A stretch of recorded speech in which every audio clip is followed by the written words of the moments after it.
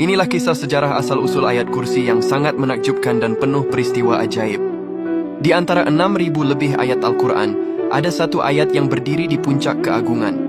Ia bukan sekadar teks suci, melainkan sebuah pernyataan kekuasaan ilahi yang kekuatannya menggetarkan langit dan bumi. Ayat suci itu adalah bernama ayat kursi, yaitu ayat ke-255 dari surah Al-Baqarah. Ayat kursi adalah ayat Madaniyah. Artinya ia diturunkan di Madinah, kota yang menjadi pusat peradaban awal Islam setelah peristiwa hijrah Nabi Muhammad SAW. Nabi menerima wahyu ini pada suatu malam hari dalam kondisi normal sebagai bagian dari proses turunnya Al-Quran secara bertahap.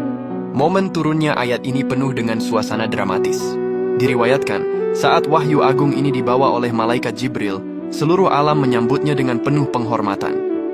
Terjadi getaran dahsyat yang membuat mahkota para raja di bumi berjatuhan dan setan-setan lari tunggang langgang. Peristiwa kosmik ini menunjukkan betapa besar dan agungnya pesan yang terkandung di dalam ayat ini. Ayat ini merupakan penegasan siapa penguasa tunggal alam semesta. Keajaiban ayat kursi sering dikaitkan dengan perlindungan dari gangguan termasuk dari setan. Sebuah kisah terkenal datang dari sahabat Abu Hurairah radhiyallahu anha. Dahulu beliau ditugaskan menjaga gudang zakat. Setiap malam ada pencuri yang datang mengambil makanan. Setelah menangkap si pencuri pada malam ketiga, pencuri tersebut ternyata adalah setan yang menyamar.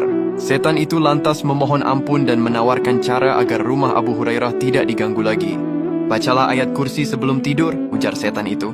Maka Allah akan mengutus malaikat menjagamu, dan tidak ada setan yang berani mendekatimu sampai pagi.